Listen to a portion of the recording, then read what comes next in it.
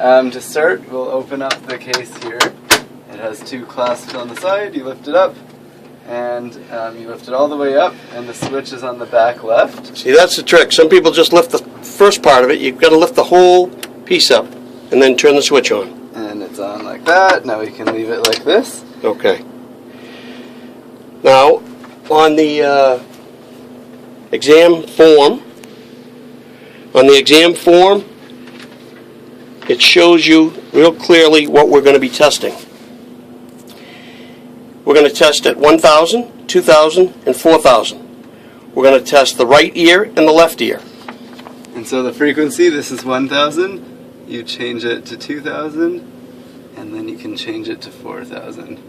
Okay. And does it show which ear is which? It sure does. Yeah, so that's I don't know if you can see that. Let me just zoom in a little. And then you just click it, and